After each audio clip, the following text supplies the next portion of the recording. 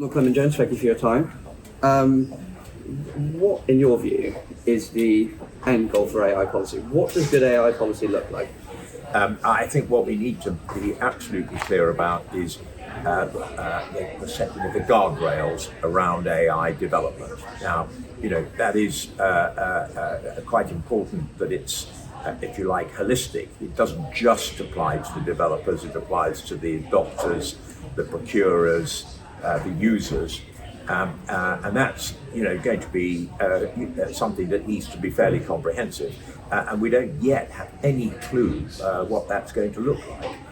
It's also got to make sure that the creative industries are protected in terms of how AI systems are developed. So first of all, you have to regulate against the risks in terms of, say, misinformation, bias, safety, if you like, alignment with human goals. But also you have to make sure that you tackle some of the things like transparency and copyright and so on. So it's quite an agenda that needs to be fulfilled. And so with a technology that's continually changing, that'll look different in 6 months' time, a year's time, 5 years' time, how does that mean we have to work with our regulation? Is it an evolving system of regulation, perhaps? Yes, you have to build a flexible system. I'm a great believer in international standards because the UK is part of an ecosystem that's international in terms of AI development. You gain far more support for proportionality in regulation if you say, I actually want to adhere to international standards. It could be risk assessment, it could be testing, training, monitoring, the whole bunch of international standards, ISO, National Institute for Standards and Technology in the States, all of which are designed to try and make sure that there are guardrails around AI. And those international standards are being adopted by the EU, South Korea, and so on. So I actually am quite optimistic that if we got it right, by adopting, an approach that says, you need to take on board those international standards, I think that could be the way forward. So when governments around the world have competing and differing priorities, how does international regulation look like? Would we aim, in your view, for regulatory equivalence with the EU? How would we work with America and the big AI companies like OpenAI in America? How do we collaborate with other countries on regulation? Well, strangely enough, you hear people like Anthropic actually saying there needs to be regulation. So it's not as if big tech is one monolithic group of companies who are all saying, oh, we don't want regulation. I think they will come along if it's proportionate, and I think they'll recognize that public trust is something that needs to be gained, and we're not there yet. I don't think that we need to go quite as far as the EU. That's why, in terms of the detail of the legislation, they have this very carefully worked out risk pyramid, if you like. Well, I don't think we quite need to be as detailed as that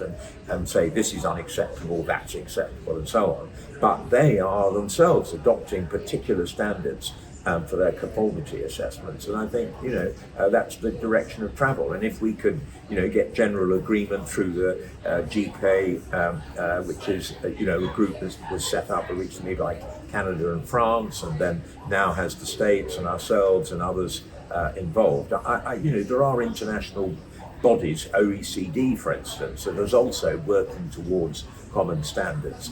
UN, UNESCO, they're all trying in the same direction. I think one of the difficulties is trying to work out which the most appropriate international organisation should be involved in all of this. And I think almost the first agreement amongst governments is to say, look, folks, which one are we going to use as the main vehicle for international agreement? So on the sliding scale from opportunity to risk, optimism to pessimism, where do you sit personally? Well, I'm a tech optimist, but I'm a conditional tech optimist. I'm an optimist on the basis that we can and should regulate, make sure that we are aligned, that word increasingly used. And it's really important that ahead of artificial general intelligence, or what you might call agentic AI, which has a degree of autonomy which is far beyond what it does have at this very moment, a bit ahead of that, we need to make sure that we're setting the ground rules and that we are making sure that any AI that's developed and adopted and used and so on is aligned to human needs and benefits humanity. When it comes to man against the machine, I'm for the people. I'm for the men, so to speak. And I don't think that this idea that we just simply innovate without having a set of values underpinning it is good enough, quite frankly. You make progress, but that's progress for humans. It's not, just some sort of ethereal innovation that could innovate us out of existence. That may sound a bit dramatic, but, move fast and break things is a reality still at the moment. One focus of yours is digital inclusion. What new challenges for digital inclusion does AI present?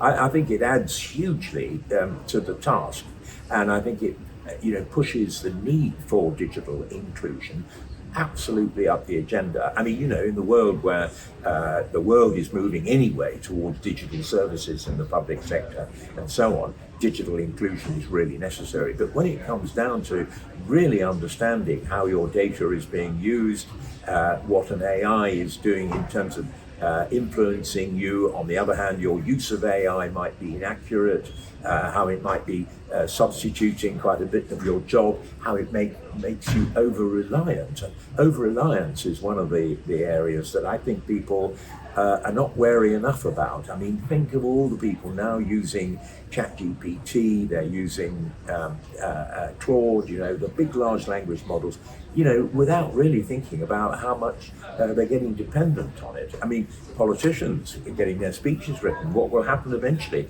Will we lose the art of speechifying or speech writing at the end of the day?